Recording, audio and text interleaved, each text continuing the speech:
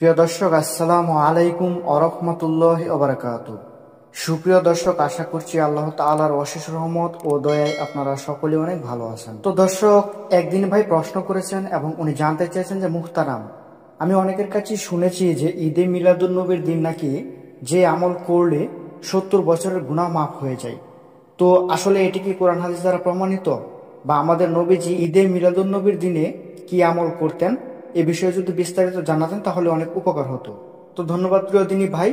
সেই বিষয় সম্পর্কে বলা যায়, দেখুন প্রিয় দর্শক, নবীজির জন্মে পুরো পৃথিবী আনন্দে আত্মহারা হয়ে গিয়েছিল।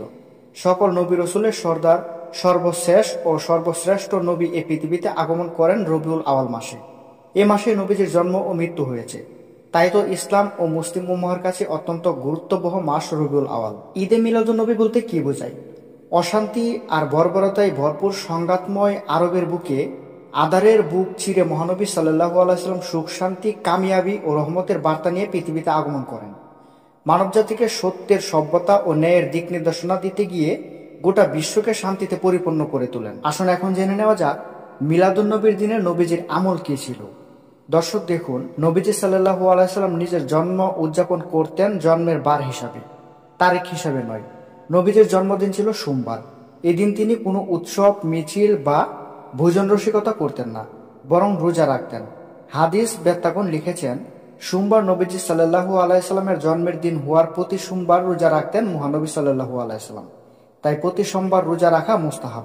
হযরত আবু কাদাহ আনসারী রাদিয়াল্লাহু আনহু থেকে বর্ণিত হাদিসে আছে, রাসূলুল্লাহ সাল্লাল্লাহু আলাইহি সাল্লাম সোমবার রোজা রাখা সম্পর্কে জিজ্ঞেস করা হলে তিনি বলেন, ওই দিন আমি জন্মগ্রহণ করেছি, ওই দিনই আমি নবুয়ত লাভ করেছি বা আমার উপর ওহী অবতীর্ণ হয়। আসুন এখন জেনে নেওয়া যাক ঈদে মিলাদুন্নবীর দিবস পালন সম্পর্কে ইসলাম কি বলে।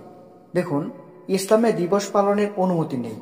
ইসলামে জন্মদিন পালনের গুরুত্ব যদি থাকতো তাহলে সাহাবায়ে কেরাম, তাবেঈগণ এবং তাবেঈন সহ পরবর্তী মহান ব্যক্তিদের থেকে এটি পালনের প্রমাণ থাকার কথা, কিন্তু আদতও নেই। তারা জন্মদিন পালন করবেন তো দূরের কথা, কারো কারো জন্মসন জানা গেলেও কোন মাসে কোন তারিখ জন্মগ্রহণ করেছেন তা অবধি জানা যায়নি। এমনকি আমাদের নবীজি সাল্লাল্লাহু আলাইহি সাল্লাম রবিউল আওয়াল মাসের কত তারিখ জন্মগ্রহণ করেছেন এটা নিয়েও রয়েছে মতভেদ। সঙ্গত কারণে জন্মদিন পালন নিঃসন্দেহে একটি অনর্থক কাজ হিসাবে চিহ্নিত হয়েছে। ইসলামে এর কোনো স্থান নেই। তো প্রিয় দর্শক, আমাদের প্রিয় নবী ঈদে মিলাদুন্নবীর দিনে কি আমল করতেন এটা সম্পর্কে তো এখন বিস্তারিত জানা গেল। তবে এটা কোথাও খুঁজে পাওয়া যায়নি যে এমন কোনো আমল করলে 70 বছরের গুনাহ মাফ হয়ে যায়, এমনটা কোথাও বলা নেই। বা এমন আমল করলে 70 বছরের গুনাহ মাফ হয়ে যায়, এটারও কোনো ভিত্তি নেই। তো প্রিয় দর্শক, আশা করছি সকলেই বুঝতে পেরেছেন। ভিডিওটি ভালো লাগলে অবশ্যই একটি লাইক করবেন এবং আমাদের চ্যানেলে নতুন হয়ে থাকলে সাবস্ক্রাইব করবেন। আসসালামু আলাইকুম। আল্লাহ হাফেজ।